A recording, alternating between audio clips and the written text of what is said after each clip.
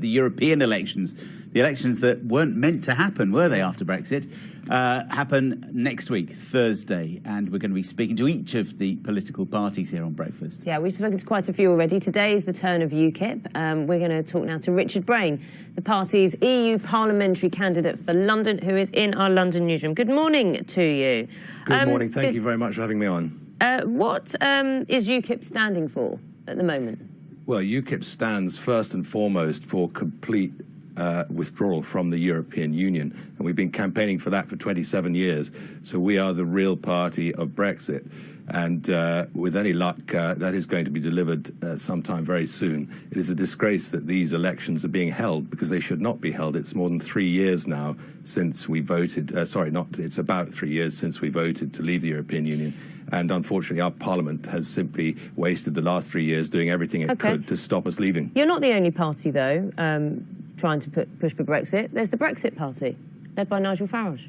That's right. Nigel could have led UKIP again if he'd wanted to.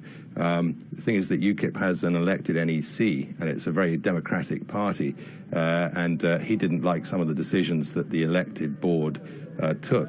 And so my view is that that's primarily why he's left. He wants to have a sort of feudal fiefdom. He has no members. I wasn't actually asking about what you thought of Nigel Farage. I was saying that you are not the only Brexit party. There is the Brexit Party. You said UKIP is the Brexit Party. It's not. Well, I think and the Brexit Party appears to be much more popular than UKIP. UKIP, in my opinion, is the only party that can deliver Brexit, because it's the only party that has actually published a plan on how to do it. We have a published manifesto. We have a very active democratic system within the party, and we have councillors, and we have the determination to do it, which is the most important thing. Who's going to be UKIP's next leader? If everything's so clear, who's the next leader of UKIP? My guess would be Gerard Batten.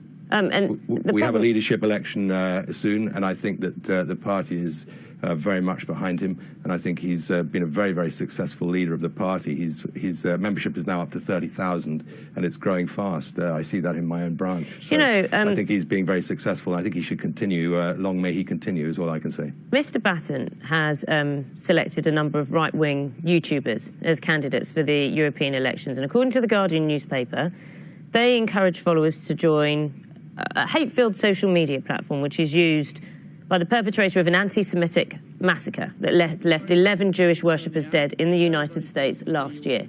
Have you read this article? Are you aware of it? Can you comment on it? One, I haven't read the article. Two, it seems to me that you're trying to find a very tenuous link across the internet. Everything is linked together on the internet in one way or another.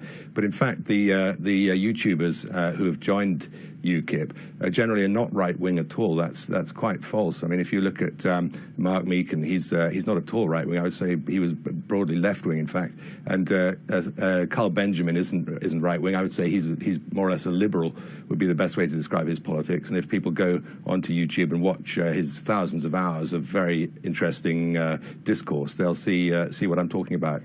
So these people are not right-wing, and the use of far-right is a very lazy media term for, frankly, working-class concerns, and it's an effort to smear UKIP by pretending that we're somehow connected with extremist activity or extremists, and we're not. I reject more or less all of what you've just said. Okay, let me quote the person you think is going to be party leader, Gerard Batten. He has said that UKIP should become, and I quote, a radical populist party.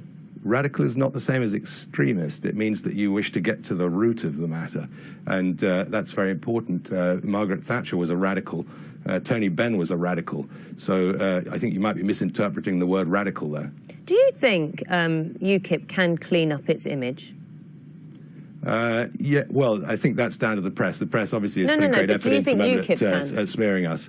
We continue to put forward an excellent manifesto and policies.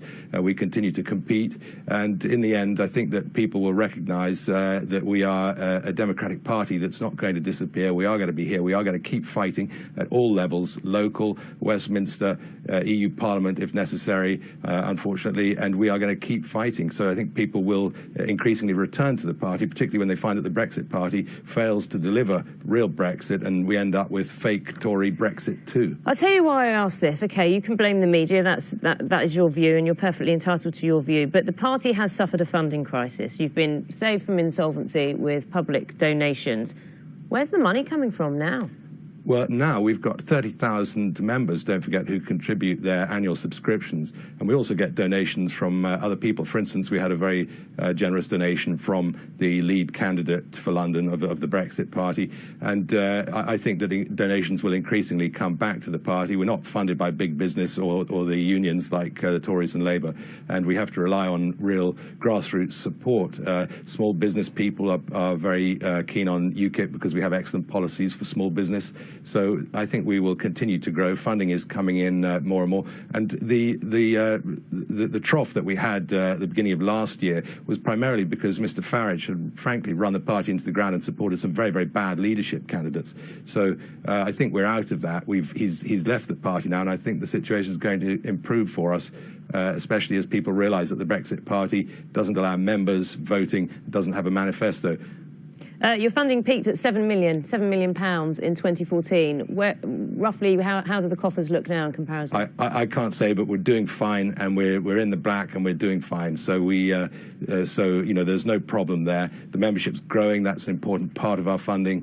And donations will continue to come in more and more, I think, as more and more people see that you're not going to get Brexit, real Brexit, delivered any other way.